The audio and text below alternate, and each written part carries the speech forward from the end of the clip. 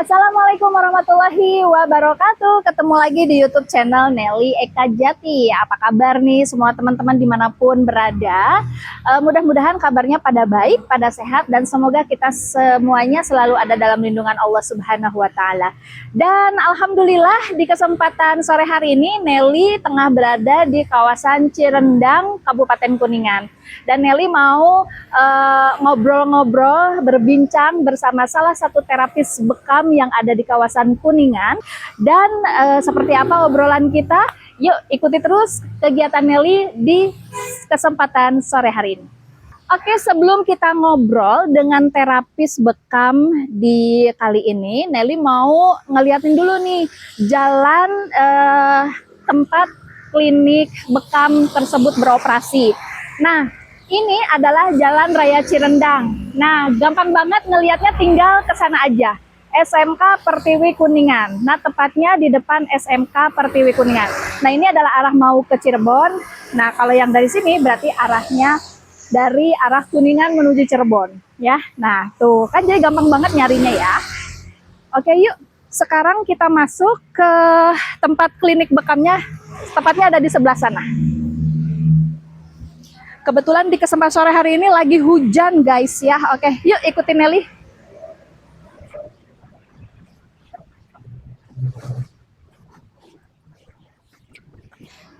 Nah, ini dia teman-teman tempat bekam Al-Kautsar. Namanya Klinik Al-Kautsar, tempat bekam yang ada di Cirendang, Kabupaten Kuningan. Yuk, ikuti kegiatan Nelly yuk. Oke, assalamualaikum warahmatullahi wabarakatuh.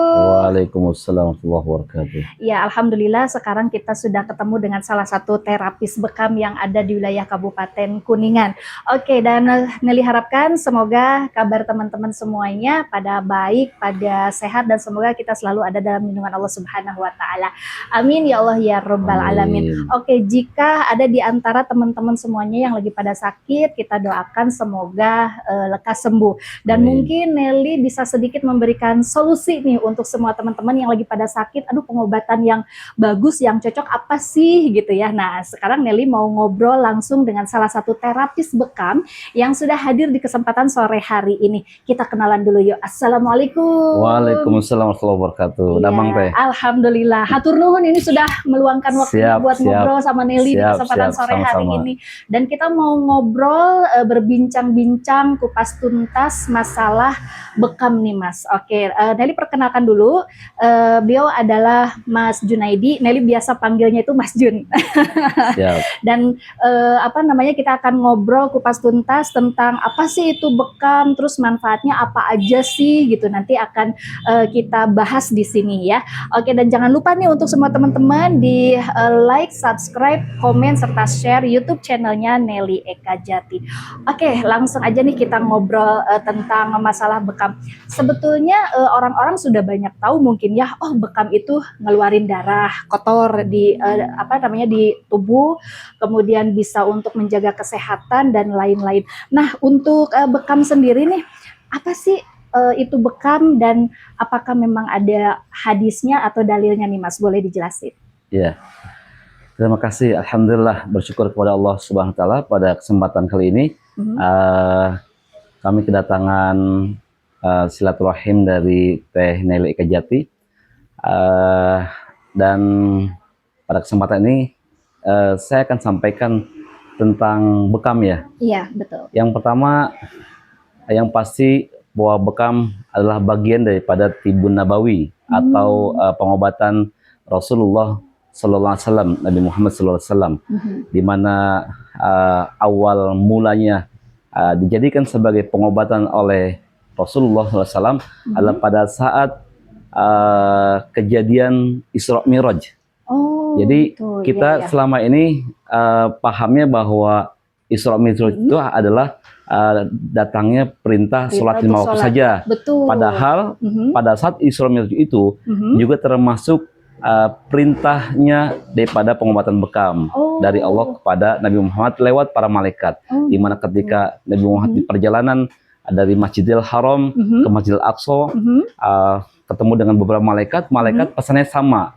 Ya Muhammad mur umataka bil hijamah, ya Muhammad sampaikan kepada umatmu berbekamlah. Maka pada saat setelah kejadian Isra Mi'raj itu, ya Nabi Muhammad jadikan bekam sebagai pengobatannya. Dan apa saja yang dilakukan oleh Rasulullah pasti ditirukan oleh para sahabat termasuk bekam kan gitu. Nah dari situ awalnya. Itu dari sisi nilai agama Islamnya ya. Sejarahnya. Ya betul seperti itu. Nah, sedangkan kalau menurut tinjauan medis, bekam itu adalah salah satu cara pengobatan yang dia bersifat detoksifikasi, di mana darah yang keluar dari bekaman itu adalah darah yang berasal dari pembuluh darah kapiler. Apa itu pembuluh darah? Pembuluh darah kapiler itu pembuluh darah tepi ya yang berada persis di bawah kulit yang dia seperti kabel rambut. Iya. Jadi itu di mana tempatnya darah-darah statis, dan darah bekam itu sifatnya dia hemolisis. Hemolisis itu adalah sampahnya daripada hemoglobin. Kalau hemoglobin itu darah bagus yang didonasikan yang kita sama ketahui lewat PMI ya. Nah, sementara kalau darah bekam itu adalah darah hemolisis, yaitu sampahnya daripada sampah dari hemoglobin. Sehingga ketika itu dilakukan, maka ini bersifat detoksifikasi atau buang racun dari dalam tubuh. Gitu. Nah kalau misal berarti ini sudah ada di dalam hadisnya berarti ya? Oke, dan juga mengeluarkan darah kotor yang memang sudah tidak terpakai dalam tubuh kita, memang harus dikeluarin gitu ya? Betul. Oke, hukum bekam itu sendiri apa sih? Apakah ini memang wajib, sunnah, atau mubah? Kalau tinjauan dari pandangan Islam, ini adalah pengobatan yang bersifat sunnah. Sunnah. Jadi sunnah itu adalah menirukan apa yang pernah dilakukan oleh Rasulullah SAW. Ya, karena di dalam hadisnya itu yang berbekam dan dibekam itu sama-sama dapat pahala. Itu ada hadis itu hadisnya sahih. Iya. Oke, jadi yang dibekam dan juga yang membekamnya dapat pahala. Karena menirukan apa yang dilakukan oleh Rasulullah. Oke. Nah, kalau misal ini kan udah masuk bulan Rajab ya, biasanya kita itu melaksanakan puasa Senin Kemis. Nah pas kebetulan kita lagi puasa nih, boleh nggak sih kalau kita berbekam dan itu bisa membatalkan puasa nggak? Iya, dari beberapa pendapat ahli fikih yang pernah saya bertanya ya, dari para ulama yang ada di Kabupaten Kuningan khususnya, tidak membatalkan. Sebab ini tidak ada yang bersifat memasukkan ke dalam tubuh kecuali mengeluarkan dari dalam tubuh kan gitu ya. Tapi dengan catatan pada saat kita berbekam, pada saat kita sedang berpuasa, itu harus juga dilihat dari sisi waktu ya. Jangan sampai nanti pada saat sudah berbekam malah menyebabkan akhirnya seseorang jadi pingsan. Jadi berbahaya. Jadi bahkan mungkin harus menjadikan batal. Fit mungkin ya. Jadi itu lebih baik dilakukan di pagi hari ketika masih ke dalam keadaan bugar ya, atau menjelang berbuka puasa. Itu ya, dekat-dekat ke puasa dia pas lemes habis diambil darah gitu langsung buka puasa langsung makan gitu ya. Oke. Nah, manfaat dari bekam sendiri itu apa sih, Mas? Ya, kalau secara umum bekam itu bersifat detoksifikasi, yaitu buang racun dari dalam darah, sehingga apapun yang menjadi penyebabnya seseorang yang disebabkan oleh darah statis atau darah hemolisis tadi, ini menjadi solusi untuk pengobatan bagi seseorang. Ya, coba kita bisa sama-sama kita ketahui ya, stroke itu penyebabnya adalah sumbatan darah di otak. Ya kan, kemudian gangguan jantung ya, sumbatan di saraf jantung seperti itu ya. Terus juga penyakit lain pun sama ya, seperti asam urat, kolesterol.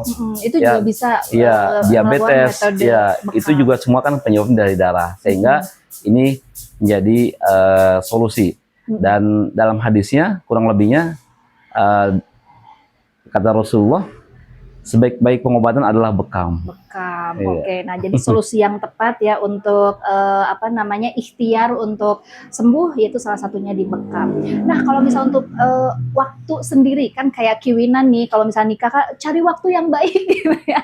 Mungkin di dalam bekam itu sendiri ada nggak sih waktu-waktu tertentu untuk melaksanakan bekam? Baik deh. Jadi ketika bekam menjadikan pengobatan oleh Rasulullah SAW, Mhm. Rasulullah biasa berbekam pada tanggal 17, Mhm. 19 atau 21 Hijriah setiap bulannya. Tanggal Ya. ganjil berarti Ya. ya. Mhm. Di tanggal 3 tanggal itu ya, hadisnya Mhm. dalam sabdanya Rasulullah, barang siapa yang berbekam di hari ke-17, Mhm. 19 atau 21 Hijriah setiap bulannya, maka dia akan sembuh dari segala macam penyakit. Hadis riwayat sahih dari Sunan Abu Dawud.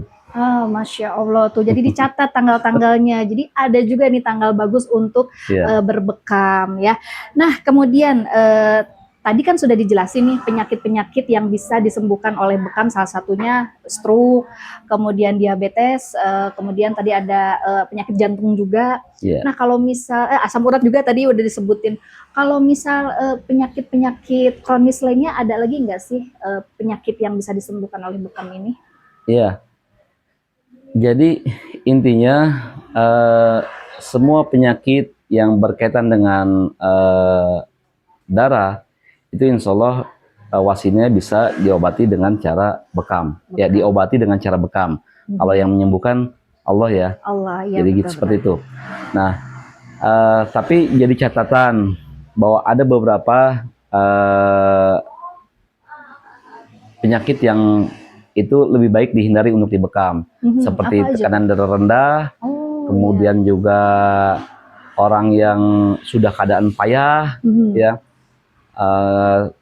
terus juga yang mereka sedang, maaf ya, yang untuk wanita mereka sedang menstruasi, Ya, menstruasi, lagi deras-derasnya, Mhm. itu kemudian juga yang anemia, ya, itu juga lebih baik dihindari untuk Dihindari dulu untuk dibekam. berbekam. Soalnya kan bekam Iya. ngeluarin darah ya. Iya, Masa harus dikeluarin lagi gitu ya, Iya. takutnya malah lemes gitu ya. iya. Nah, kalau misal apa namanya? Usia minimal kita berbekam tuh dari usia berapa? Jadi sebenarnya tidak ada patokan ya kalau usia itu, dimana yang menjadi standarnya adalah kelayakan dari fisik seseorang. Sebab ada anak SD yang kelas 6 itu dia Udah dibekam. dan 6 itu SD. dia suka dibekam, tapi tidak semua anak seumuran kelas 6 SD bisa dibekam. Makanya tadi saya bilang adalah bagaimana Dilihat kita dari lihat dari kondisi sisi pasien, kondisi ya. fisiknya seseorang. Hmm. Lalu kemudian bagaimana orang yang sudah tua. Nah, ada di mana tidak semua orang yang sudah tua itu dalam kondisi yang kita bayangkan keriput segala macam, Iya, karena ada beberapa repot, ribut Iya, dan lain-lain gitu ya. itu kan ada beberapa orang yang sudah sepuh tapi Tapi masih badannya jag-jag gitu ya, kalau kata orang Sunda mah. badannya nggak keriput ya, sehingga itu mereka masih bisa dibekam. Ada yang umur 60 tahun, ada yang 65 tahun itu masih bisa dibekam karena memang kulitnya tidak keriput. Nah, Iya. bahkan malah justru ada orang yang dia usianya seperti 40 tahun misalnya, tapi keriput kulitnya, itu nggak bisa dibekam malah. Jadi standarnya bukan Sulit karena ya. karena Soalnya bukan disedot kan iya, dari bekam. karena memang ada proses pengekopan ya gitu ya. Iya, betul. Sehingga itu menjadi standar untuk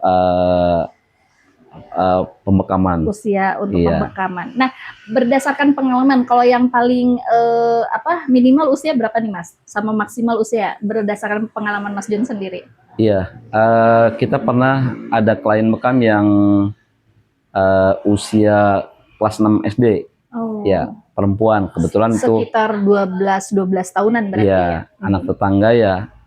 Waktu itu karena ibunya dibekam dan anak itu ternyata juga dia Tertarik minta mungkin dibekam ya. juga, iya gitu. Kemudian yang usia maksimal pas waktu pembekaman? Ada yang 70 tahun karena emang kulitnya masih layak untuk dibekam, Iya, tidak iya. keriput gitu ya. Oh, Malah ada yang umur 40 tahun datang ke sini kulit keriput, saya tolak dibekam. Karena memang susah untuk Beresiko ya, Iya. takut kenapa-kenapa gitu, Iya. jadi ditolak gitu ya. Ya, jadi kalau yang kategorinya dia atlet ya Mm, antara tulang dan kulit itu mm. nggak bisa dibekam. Atlet antara tulang dan kulit.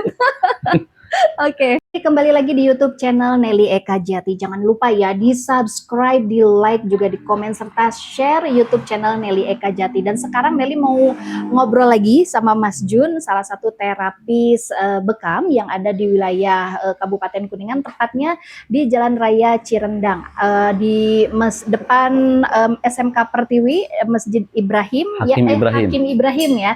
Kemudian nama kliniknya nih, klinik apa Mas? Ya. Kami berada di naungan Rumah Bekam Al Kausar dan insya Allah kami berdiri dari tahun 2010. Oh, udah lama juga berarti, udah 15 tahun. Tentu untuk menjadi terapis bekam ini dilalui dengan mengikuti pelatihan bekam yang diadakan resmi oleh Perkumpulan Bekam Indonesia yang beberapa waktu yang lalu. Ketua umumnya adalah Dr. Jadul Akbar ya, sama-sama kita ketahui yang terkenal dengan water infusnya. Betul sekali ya, Dr. Jadul Akbar. Beberapa kali kita ikut pelatihan standar mereka. Kemudian setelah itu kita juga harus mengikuti yang namanya ujian standarisasi nasional kelayakan seseorang untuk praktek bekam. Betul. Kan gitu. Dan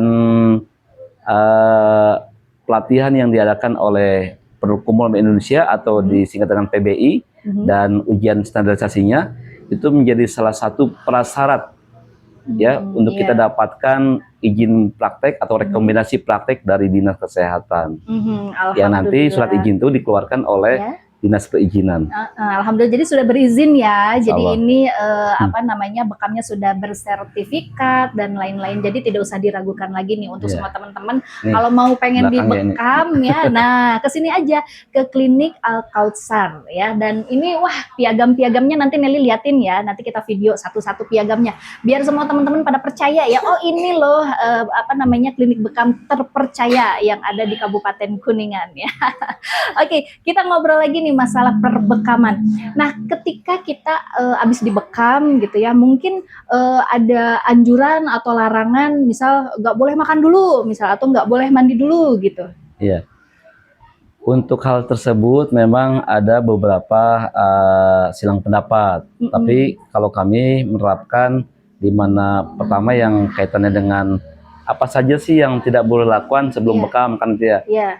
Yang pertama dianjurkan tidak boleh dalam keadaan sedang lelah. Ya, jadi istirahat dulu, ya istirahat terlebih dahulu. Ya kurang lebih sekitar 1 jam lah, setelah itu baru dibekam. Boleh nggak makan dulu Mas? Ya, makan dulu. Kalau makan dulu itu dibolehkan, tetapi menurut kami lebih baik makannya tidak terlalu banyak. Karena memang dikhawatirkan orang-orang yang mereka makan terlebih dahulu banyak ya, kemudian dibekam, itu biasanya setelah dibekam muntah.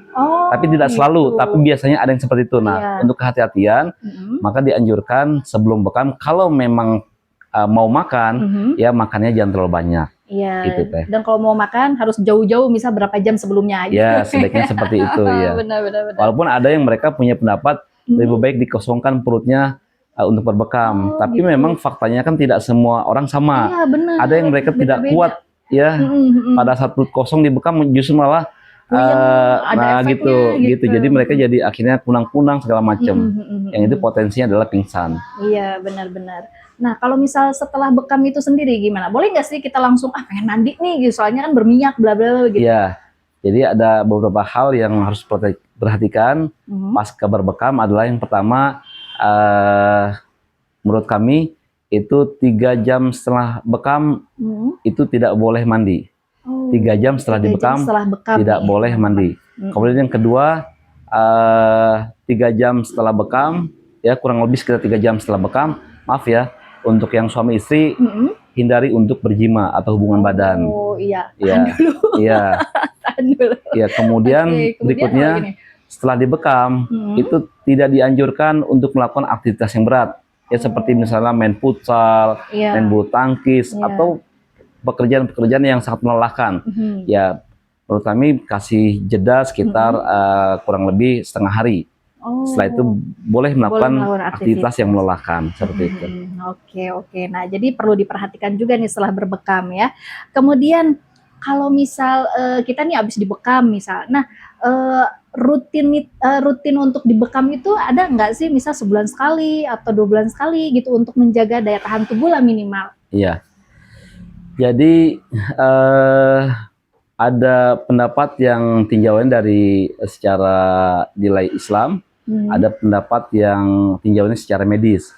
Kalau secara Islam, kalau kita mau mengikuti sunnahnya Rasulullah SAW, beliau biasa berbekam di setiap sebulan sekali yang tadi saya sebutkan di tanggal sunnah berbekam. Iya. Barang siapa yang berbekam di setiap tanggal 17, 19 atau 21 Hijriah setiap bulannya, maka dia akan sembuh dari segala macam penyakit. Itu hadis sahih dari hadis riwayatnya Sunan Abu Dawud. Jadi itu bisa diartikan bahwa memang bekam dianjurkan dilakukan sebulan sekali. Sebulan sekali, oke. Itu bisa dilakukan, dia bersifat untuk preventif atau pencegahan. Tetapi jika mereka sudah punya keluhan yang memang kategorinya kronis, seperti misalnya seseorang memiliki kolesterol sudah di lewat ambang batas gitu ya, atau kita sebut dengan kolesterolnya tinggi ya, dan sering mengalami keluhan seperti pundaknya kaku, lehernya kaku, kemudian sering sakit ini nih. Nah itu ya, itu sampai akhirnya mengakibatkan sering sakit kepala ya. Itu dianjurkan adalah sebulan 2 kali. Iya, sebulan 2 kali. Ya, berarti sifatnya kuratif, yaitu pengobatan seperti itu teh. Oh, jadi untuk menjaga daya tahan tubuh bagusnya sebulan sekali. Sebulan sekali. Iya. Kemudian kalau misal ada penyakit bawaan, kalau penyakit bawaan berarti tergantung jenis penyakitnya dan tingkat keparahannya. Iya. Ada yang boleh dibekamnya itu sebulan 2 kali dan lain-lain, tergantung dari kondisi pasien itu sendiri. Nah, ngomong-ngomong, kalau misal untuk ada nih satu lagi pertanyaannya nih Mas. Kalau misal untuk titik-titik perbekaman itu yang boleh dibekam daerah mana saja sih, area mana saja? Biar dipraktekin, sini Fatih sini. Ya, malah pergi. Kean, sini dulu. Nah, kita jadi bahan percontohan nih, titik-titik mana saja sih, kalau Kean kan laki-laki ya, jadi boleh ditunjuk-tunjuk sama masjid. Kalau misal dibekam itu area mana aja sih, apakah depan ataukah belakang? Jadi titik bekam itu ditentukan dasarnya yang pertama adalah dari hadis Rasulullah SAW. Jadi petunjuk itu hadis ya, bukan kita klaim menurut versi kita. Tapi menurut versi hadis. Seperti di pundak ini disebutnya dalam hadisnya akhdain, kanan kiri, akhdain. Kemudian di leher belakang sebelah sini yang agak ke dalam, bukan keluar ya. Kalau keluar di sini nanti ada leher, ada urat leher. Jadi agak sini ke dalam. Ini namanya katifain. Akhdain, katifain, maaf. Ini kebalik. Ya, akhdain, ini katifain. Ya. Kemudian di titik sini di antara 2 tulang belakang ini, 1, 2, nah titiknya ada di sini. Itu namanya al-kahil. Ya. Kemudian ada belikat. Ya, belikat di sini ya. Belikat. Titik yang berikutnya. Kemudian di bawah belikat di sini ada lagi, ya. Dan di sini ada titik juga yang selurusan dengan ginjal yang dia kalau diluruskan dengan tangan, posisi ginjal kita tuh ada di lurusan dengan sikut. Nah, di sini juga termasuk titik ya. Ini termasuk titiknya bekam, yaitu titik ginjal yang dia kalau ini selurus dengan sikut kita. Ya. Kemudian juga ada titik lain yang dia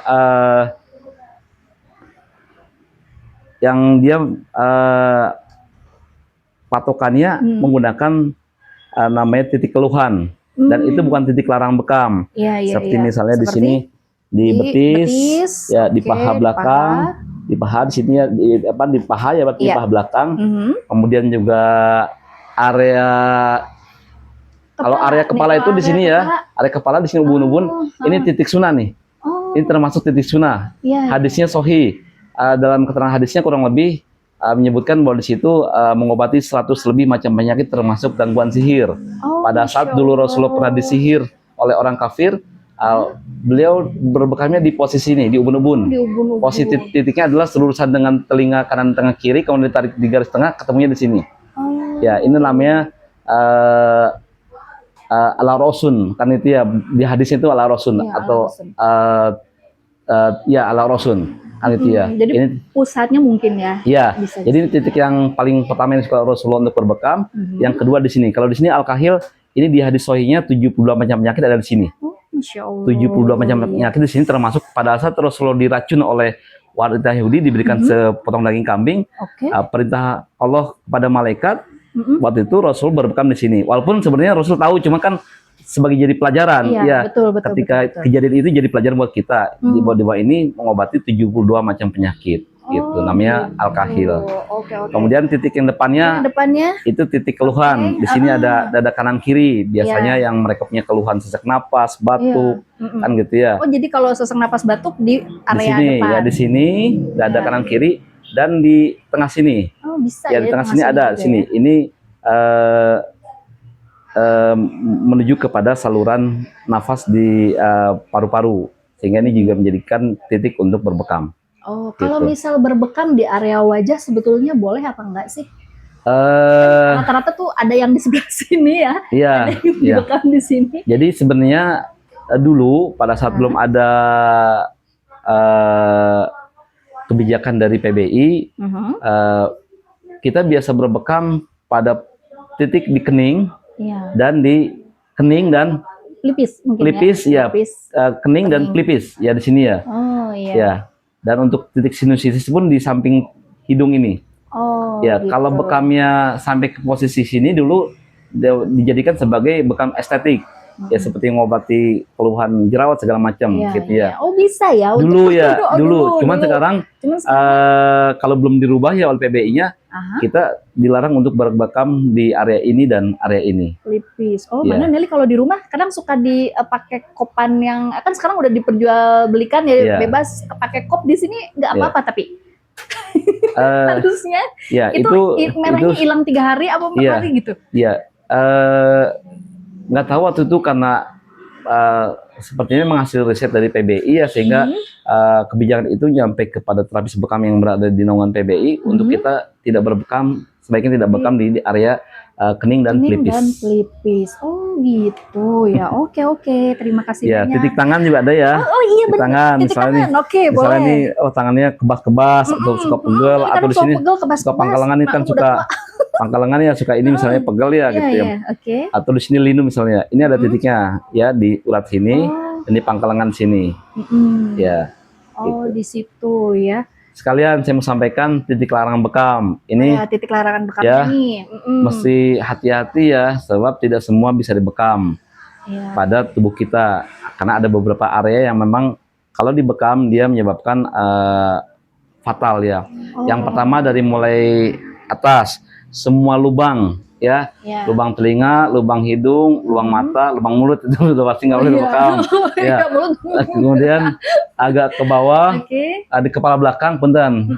Kepala belakang. Ya, oke. ini ada otak kecil antara tulang dengan kulit yang ke bawah ini ya. Ini tulang tengkorak ya. Gitu. Ini ada namanya area otak kecil. Ini juga tidak boleh dibekam. Nggak boleh. Oke. Ya. Terus Ya. bagian depan, dari mulai leher bagian depan ini nggak boleh dibekam. Oh. Turun ke bawah, ketiak dan samping ini. Itu juga Ya, nggak ketiak dan boleh. samping ini nggak boleh. Terus turun ke bawah ke selangkangan. Selangkangan juga nggak boleh dibekam. Ya. Nah, berikutnya Sampai- daerah lutut, Oh, lutut juga nggak lutut boleh. dan lipatannya. Jadi ada orang yang punya keluhan sakit lutut, bekam di Bagian lutut nggak belakang. boleh. Oh, nggak boleh. Terus gimana solusinya? Solusinya adalah di area sekitar lututnya. Jadi di atas sini, di bawah sini. Oh, Kalau di belakangnya berarti di atas lipatan, dan di bawah Kalau lipatan. nggak di bawah lipatannya. Ya, Jadi termasuk jangan yang pas area betul, lipatan termasuk lututnya. yang dilarang adalah bekam di area sikut dan lipatannya. Oh. Ya, yang kita pahami pada saat di pelatihan bekam, Mhm. kenapa nggak boleh bekam di sikut dan lipatan, kemudian lutut dan lipatan. Lutut dan lipatan. Di sini ada yang namanya area di mana tempatnya sinovial. Sinovial itu adalah pelumas yang menggerakkan Oh. engsel gini. Supaya Ya. pelumas betul. Ya, betul, karena pernah kejadian katanya dulu waktu kita ada di pelatihan bekam, informasi dari trainer kita, malpraktek yang terjadi di bekam di Surabaya kalau nggak salah ya, terjadi malpraktek ketika ada orang yang dibekam di sekitar lutut ini, Oh, di lutut. kemudian menyebabkan akhirnya seseorang dia harus masuk rumah sakit untuk dioperasi Oh, karena tadinya bisa gerak jadi nggak bisa gerak. Nggak bisa Jadi gerak. gini, karena cairan mungkin sinyal-sinyalnya keambil. Gitu. Oh, gitu. Itu daerah yang harus diperhatikan, tidak boleh untuk dibekam. Kemudian di ulu hati, Oh, di ulu iya, hati iya. nggak boleh nih, ya ulu hati ini nggak boleh. Oke. Sini nggak boleh dibekam, gitu. Oh, iya, iya. Nah, itu iya. paling ya Oke. untuk area yang titik-titik ya, atau area yang tidak boleh dibekam nih, teman-teman. Oke, makasih banyak ya. Jadi ini bahan percobaan ya supaya kita tahu kan apa ketika dibekam seperti apa dan titik-titiknya mana aja. Oke, terima kasih banyak ini penjelasannya, Ya, Mas ada Jun. lagi. Ada lagi mau jelasin, ya. Iya, ada lagi jelasnya. apa? Boleh. Ya, baik.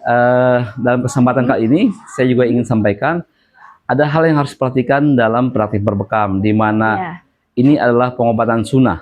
Ya, di balik sunnah ada kejayaan, ya, karena ini pernah dijadikan oleh Rasulullah jadi pengobatan, dan ini dijadikan pengobatan oleh masyarakat pada saat waktu itu.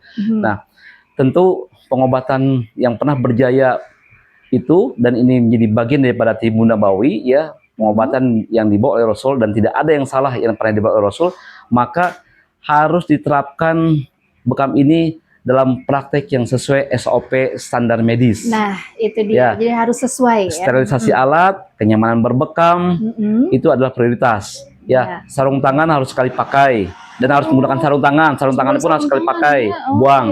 Kemudian jarum, ya, itu sekali pakai, nggak boleh satu jarum dipakai untuk banyak orang, gitu ya. Kemudian kop bekam yang digunakan itu pun kalau dia tidak menggunakan alat sendiri untuk pribadi, ya, itu harus melalui proses sterilisasi alat bekam yang sesuai dengan standarisasi alat standarisasi medis.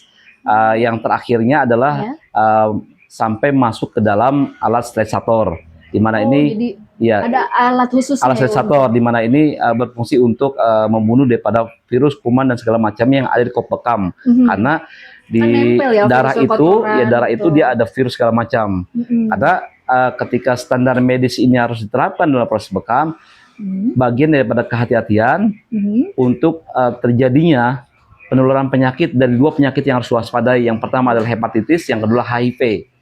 Jadi kalau misalnya kita ketemu dengan bekam, ya ketemu dengan bekam, kemudian alatnya dipakai bersama-sama tanpa proses sterilisasi alat, itu lebih baik dihindari, gitu. Karena kejadian gini teh, terapis bekam yang mereka home care atau panggilan, itu biasanya mereka punya alat satu set untuk ngebekam seseorang. Nah, pada saat datang ke rumah, ternyata ada keluarganya, ada kakaknya, ada ibunya, orang-orang yang ada di rumah lah, gitu ya. Kemudian mereka ternyata kepingin juga dibekam. Nah, sementara alat cuma ada satu set. Nah, ketika itu tidak melalui proses sterilisasi, maka lebih baik dihindari. Karena kita tidak tahu penyakit apa yang didapat seseorang. Kalau misalnya ternyata ada HIV atau hepatitis, nah itu yang mesti diwaspadai. Sehingga yang namanya sterilisasi alat bekam, ya, dengan standar medisnya adalah sebuah keniscayaan dalam praktek bekam. Karena ini adalah pengobatan yang bermartabat yang pernah dibawa oleh Rasulullah SAW. Oh iya, gitu, jadi benar-benar ya SOP-nya ada, standarisasi kebersihannya ada, sebelum dipakai juga harus di apa tadi tuh di apa namanya disterilkan dulu dan lain-lain. Masya Allah, ternyata alat-alat bekamnya juga memang harus benar-benar bersih ya, benar-benar hygiene, steril. Intinya steril. Kalau bersih saja juga belum tentu. Bersih aja juga belum tentu steril. Jadi kan kalau bersih itu kan kelihatannya ya. Kalau steril itu kan dia virus kuman itu tidak ada. Dan steril. Ya, jadi nanti proses mencucinya pun itu dia menggunakan direndam dengan cairan klorin. Kalau kita itu ada di produk Proclean, ya pemutih ya, itu direndam paling cepat sekitar 15 menit ya. Kemudian setelah itu dibilas dengan air mengalir, bukan air dengan air yang menggenang di dua ember gitu ya, seperti tukang bakso nyuci mangkok gitu ya. Jadi dia harus dengan air mengalir sehingga semua diterbuang. Nah, setelah dipastikan dia bersih dengan dibantu dengan cairan klorin, boleh ditambah dengan deterjen ya, supaya dia makin bersih ya, gitu ya. Setelah itu, setelah ditiriskan alat bekam itu, kop bekamnya, maksudnya kop Ya, bekamnya ya. bekamnya, Nanti dia terakhir proses sterilisasi yang terakhir adalah alat kop bekam itu masuk ke sterilisator. Oh, Jadi iya. bukan hanya kop bekam ya. Mm-mm. Kalau yang standar medis itu Mhm. kop bekam itu pada saat praktek itu dia harus diletakkan di baki yang dia terbuat dari stainless. Oh, khusus jadi harus Iya, dari stainless. Stainless ya, untuk menjaga higienis ya. Termasuk berarti itu juga masuk ke dalam sterilisator. Kemudian iya. tutup kepala daripada lancet pen untuk alat Oh, iya, bukaannya iya. itu juga Itunya masuk ke juga dalam harus. sterilisator, kan gitu ya. Iya, iya, iya. Terus juga kalau kita menggunakan klem untuk menjepit daripada kasa steril yang terbuat dari besi itu ya, Betul. besi stainless ya, itu juga dia masuk sterilisator. Oh, Jadi semua instrumen alat-alat, bekam iya. yang dia dipakai langsung berkaitan dengan praktek bekam itu masuk ke alat sterilisator. Masya Allah. Gitu. Jadi benar-benar proses buat ngebersihin itu panjang sekali ya prosesnya ya. Masya Allah. Jadi jangan anggap bahwa ngebekam itu cuman dicuci, udah, semprot pakai gitu ya. alkohol, kemudian disebut steril, enggak. Jadi alkohol itu tidak, panjang. alkohol tidak bukan salah satu yang menjadi syarat untuk steril. Iya, oke. Nah, itu dia teman-teman ya, cara pembersihan alat-alat bekam ya. Oke teman-teman, alhamdulillah perbincangan kita sudah panjang lebar ya, dan akhirnya kita sudah ada di penghujung acara. Kayak lagi siaran aja penghujung acara. Namun sebelumnya nih teman-teman, Nelly mau memberikan informasi dulu untuk Mitra Raslima nih, kalau mau bekam kemana nih bagusnya, terus tempatnya di mana, seperti apa dan lain-lain. Namun nih sebelum kita tunjukkan tempatnya, kliniknya di mana, barangkali nih Mas Jun ada pesan nih untuk semua teman-teman yang nonton di kesempatan ini. Ya, baik, Bapak Ibu semuanya.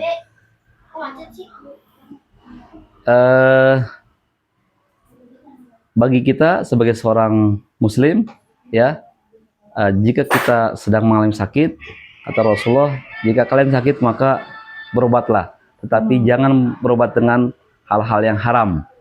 Ya, maka salah satu cara yang dianjurkan Rasulullah SAW untuk berobat selain dengan minum madu, yaitu dengan berbekam. Ya, pertama dapat nilai sunnahnya, kita menirukan apa yang pernah dilakukan Rasulullah SAW. Kemudian secara standar medisnya, ini pengobatan yang paling efektif. Bahkan kita sama-sama ketahui pengobatan bekam itu sudah bisa diterima oleh kalangan non-Muslim di belahan dunia manapun. Termasuk kita bisa saksikan ya ketika ada Olimpiade misalnya, beberapa atlet Korea misalnya ya, itu bekas bekaman ya di beberapa tubuhnya itu ya, karena mereka sudah menerapkan pengobatan bekam. Maka jika kita sedang mengalami sakit ya, dan kita kembali kepada apa yang pernah diajarkan Rasulullah, maka dianjurkan dengan cara berbekam dengan yang berstandar medis. Betul. Yang nah, itu. Bekamnya kemana boleh dipromosikan? Ya, insya Allah kami berdiri dari sekitar tahun 2010 ya di Kabupaten Kuningan ini ya sampai sekarang, dan alhamdulillah kami sudah melewati proses pelatihan bekam dari Perkumpulan Bekam Indonesia, dan beberapa kali kita juga ikut upgrading daripada ilmu bekam dari Perkumpulan Bekam Indonesia, dan kemudian juga kita sudah melalui proses ujian standarisasi nasional ya kelayakan seseorang untuk praktek bekam, dan dua hal itu menjadi rekomendasi untuk kita dapatkan rekomendasi izin praktek dari Dinas Kesehatan yang dikeluarkan oleh